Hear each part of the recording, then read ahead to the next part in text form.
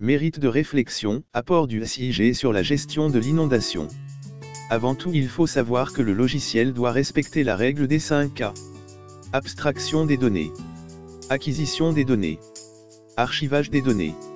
Analyse des données. Affichage des données. À partir de ces éléments, nous pouvons répondre à notre problématique qui est l'inondation des eaux dans une zone. Un objet ou un événement localisé dans l'espace constitue, avec ses données attributaires, une information géographique. L'objectif des systèmes d'information géographique est de permettre la gestion de ce type d'informations. Le champ de ces informations géographiques est très vaste.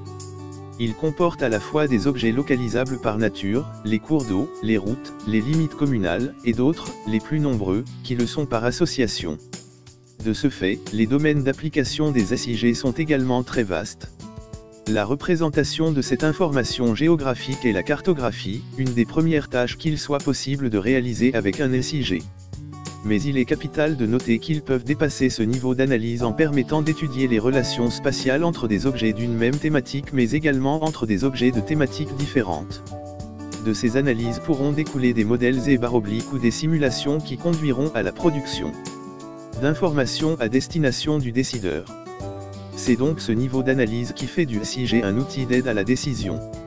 Dans le domaine de la gestion d'inondations, le SIG joue un rôle majeur, il autorise la création des cartes de référence pour la prévention et la cartographie des dégâts, l'intégration de tout type d'informations, une meilleure visualisation des différents scénarios, une meilleure présentation des idées et une meilleure appréhension de l'étendue des solutions possibles.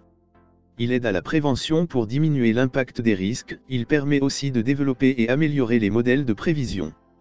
Un SIG est un outil fournissant des informations fiables, actualisées, objectives dans des délais très courts et de surveillance, d'élaboration de mesures réglementaires et de plans d'urgence en cas de catastrophe. L'apport du SIG est donc de première importance non seulement pour la localisation des événements porteurs de risques, mais aussi la modélisation des risques et pour l'organisation des secours.